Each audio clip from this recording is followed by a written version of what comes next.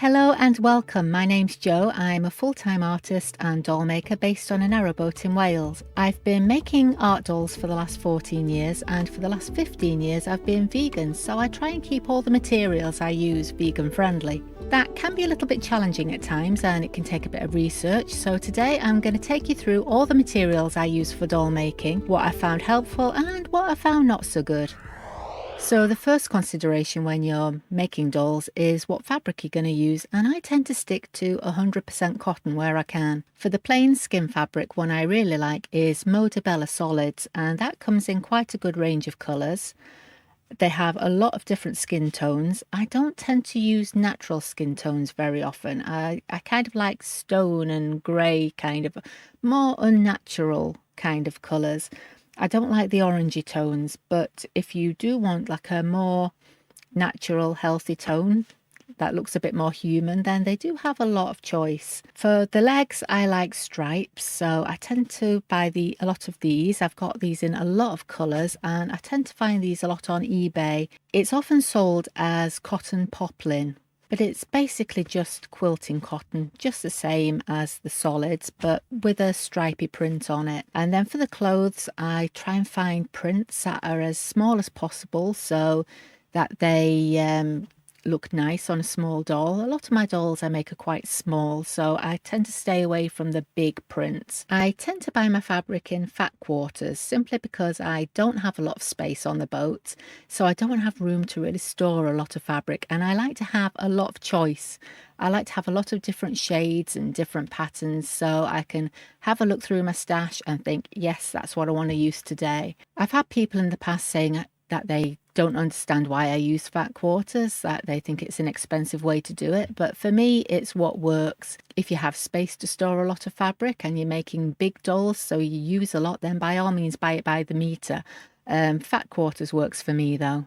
When it comes to doll clothing, you can use your imagination. I buy a lot of offcuts of things like lace and satin ribbon, grosgrain ribbon, various trims. I find a lot of stuff on eBay. If I'm getting a little bit low on trim, I'll have a look through eBay and see what speaks to me, see what calls out to me. And I tend to just buy the odd meter or a half meter because I don't use a lot. That's the nice thing about doll making. You can use tiny scraps of lots of different things and put them together in a way that's quite unique. When I first started doll making, I bought a lot of things like satin and synthetic fabrics for the clothing, but I absolutely hated them. I've still got some of those fabrics packed away, thinking I might use them for something one day, but I don't think I'm ever going to use them. The thing to think about when you're making tiny dolls is how the fabric's going to drape. You want something that's going to drape on a very small form. So cotton, lightweight cottons tend to drape nicely. So that's what I tend to use more often than anything. If you're making quite formal clothing for a doll, things like cotton velvet can look quite luxurious. Velvet is not great for me. I really don't like the texture of it, so I don't like working with it. Cotton velvet can be okay. Synthetic velvet is a definite no for me. For stuffing, I've tried really hard to find a good plant-based stuffing. Obviously I don't like to use wool, being vegan. I used Kapok for a long time and I loved working with Kapok. Unfortunately, in the last few years, it's proved quite difficult to find good quality Kapok that doesn't have bits of the husk in it. It can be quite dusty, and if you're working with light coloured fabrics, the dust gets onto the fabric and it makes everything look a bit dirty, so that's not ideal. So I've steered away a little bit from using Kapok. Because I don't want to buy another big pack online only to discover that I can't use it. So instead I've gone back to using polyester. Now the one I like the most is polyester staple fibre, which is quite unprocessed. It's quite dense. It's not coated with anything, so it's not got too much spring to it, and you can pack it in quite tightly. And I buy that in black and white so I can use whatever's going to be best for the doll I'm making. If you pack it in quite densely though, it can be difficult to needle felt hair into.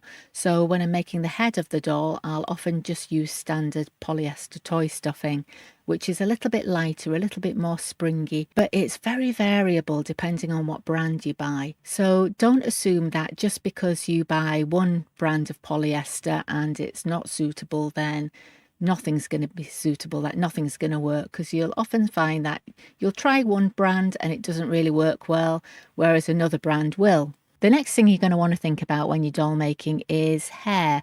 A lot of people use wool roving. I don't use wool, I don't use any animal fibres, but there are a lot of alternatives out there. There's more than you realise. One thing that I use more than anything else is acrylic yarn. I really like these super chunky weight yarns from Signet. This is the Seriously Chunky range, and they have a vast range of colours. Super chunky weight yarn unravels really nicely and you get a lovely wavy hair texture. You can also straighten it with hair straighteners and it comes out really silky and smooth, and then you can just trim it into any style you like. The fibres are also quite long, so you can get nice long doll hair with it. If you want to stick to something more natural, there are quite a few other options out there. I really like bamboo. Most of the plant fibres I use, I buy from World of Wool in the UK. This is bamboo, which is lovely and soft and silky. It comes in packs of roving, like this. I buy 100-gram packs, and you can get quite a few different colours. The fibres are a little bit shorter than the acrylic, but it is really lovely to work with, and it needle felts well into the head as well. And I've had no problems needle felting that into polyester or Kapok stuffing or anything like that. The only stuffing I've had problems felting into is cotton. Cotton stuffing is very, very dense, and I had awful problems trying to felt into it, so that's something I don't tend to use. But if you're stitching the hair in place, if you don't need to needle felt into it, then cotton might be an option for stuffing. I did try cotton roving once. When I first started out, I didn't really have a clue what you could do with various plant fibres, so I just bought lots of different ones to give it a go, and one of the ones I bought was cotton fibre roving. And if you're wanting to use it for hair, don't, because the fibres are so short, you can't do anything with it. I learned the hard way. Other choices are flax. This is flax fibre, which has a bit of a coarser texture to it than bamboo. It's very different, but it is nice if you want quite a rustic sort of look. It looks nice kind of in long plaits, braided. It looks quite natural. Viscose is another option that's a little bit more coarse than bamboo, but it behaves in quite a similar way to bamboo. Then we have things like nettle or Ramie fibre. This doesn't really come in a choice of colours. I could only get white. You might be able to find it dyed depending on where you are in the world. But the fibres are really long and fine and silky, so you can get some lovely effects with nettle fibre. One I've bought more recently that I haven't had chance to have a go with yet is rose fibre. This looks quite similar to bamboo, but it's got a lovely sheen to it. It's almost pearlescent. They only had this natural, undyed, which is kind of it is like a pearly off-white shade, but that is lovely, and I'm really looking forward to having a go at felting with that, and I will make a video and let you know how that goes. Another one I tried and I didn't like was BioNylon. BioNylon I found was being sold as a recycled, compostable, eco-friendly option, but when I tried it for doll hair, it was just unworkable. It was very staticky, and it kind of stuck to itself, and it kind of crackled, and it stuck to my hands, and it stuck to the felting needles, and it stuck to everything, and it was awful, and I would not recommend trying that for doll hair. I'm not sure what you would use it for. I hated it personally. But if you've had any success working with BioNylon for anything, let me know in the comments. What do you use it for, and how have you found it to work with? If you're enjoying this video, by the way, please don't forget to hit the like button and let me know. And you can also subscribe if you like, so you don't miss the next one. The next thing you're going to need to think about is threads. You're going to use thread for sewing the actual doll body itself. You'll need machine thread, and you also need a thicker upholstery type thread for things like jointing and closing seams. I tend to mostly use polyester thread. I like the Gutermann ones, Gutermann Extra Strong, Gutermann Top Stitch. I like linen thread for decorative details, things like whiskers and bootlaces. I made a full video about all the different threads I use, and I will put a card up at the top of the screen somewhere linking to that. Then there's things like beads and buttons. Most of my dolls have button eyes and I use beads for jointing. I tend to buy most of the beads and buttons I use on eBay.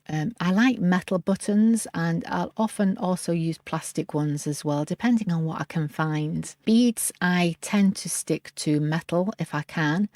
I like the durability of them. I like the way they look.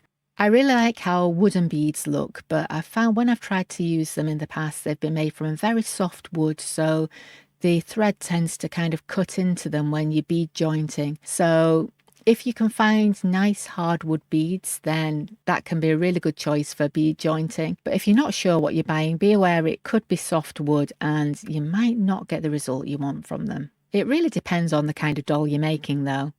A lot of people use plastic beads and have absolutely no problem. If you're just learning, then I'd suggest plastic beads because they are durable and they're cheap and easy to find. I couldn't always get the result I wanted with plastic beads and they sometimes were a bit scratched. I tend not to use plastic beads, but there's absolutely nothing wrong with using plastic beads if it's what works for the doll that you're making. Glass beads I really like for stringing. If I'm making a hanging doll, then glass beads can look really beautiful with the light shining through them. They don't work well for bead jointing though, because they do tend to have sharp corners that can cut the thread. With metal beads, if you get a bit of a sharp edge, you can file it down quite easily, but you can't do that with glass beads without them chipping. I'll also use a lot of things like jewellery findings and metal charms, and I do tend to find most of those on eBay. I don't have regular ones that I'll buy all the time. I just have a look and just see if something catches my eye. Then when it comes to adding details to your doll, you can really use your imagination. Let your imagination go wild and use anything that you find that you think was going to work. I like mulberry paper. Handmade textured mulberry paper is really nice if you want to add things like flowers and leaves. If you want to paint on your doll, then acrylics work really well. Just normal artist's acrylics. I tend to use the System 3 range of acrylics because I know that all the pigments in that range are vegan friendly. So if you go for some of the more high-end brands of acrylics do tend to use animal pigments, so I tend to avoid those. System 3 I've had absolutely no problem with. That works really well. If you need it to be flexible, then or if you find that it's bleeding into the fabric that you're using, then you can add some fabric medium. Liquitex make a good fabric medium, or like these little pots which are quite cheap to buy. This is Deco Art Crafters Acrylic Fabric Medium. This one needs heat setting, which I do with a hairdryer, but it works really well. If you need to varnish over the paintwork to make it a bit more durable, then a polyurethane artist varnish can work really well for that. I also use a lot of colour pencils. I like the Derwent ones because the Chroma Flow and Coloursoft pencils, I think the whole ranges of those are vegan friendly. I also like the Derwent fine liner pens because they don't contain any gelatin. And then there's things like glues. The kind of glues that you buy for crafts are usually vegan friendly. I use PVA based craft glues. I like the Aleene's ones. If it's somewhere that might possibly show and I want to make sure that it's not going to go yellow over time, I use the acid free one. If I need something that's quite strong, then sometimes I'll use the super thick tacky glue. But to be honest, I'm finding the acid-free tacky glue is pretty strong, quite thick as well. Other things I've used in my dolls are wire, pipe cleaners, fusible film, jute rope, twigs, cardboard, paper mache, air drying clay. You can really use anything that you can find around you. You can recycle packaging. I once was looking for a shape for a tiny top hat and I found a toothpaste cap which was the exact size and shape I wanted, and I thought, I wonder if I could do something with that. So I coated it in felt and made a cardboard base, and it made a really good top hat. So use your imagination, have a go, and you can use pretty much anything to make a doll. So if you're just starting to make dolls and you're looking for the right materials to buy, I'll put another video up on screen here, and I'll see you next time. Bye.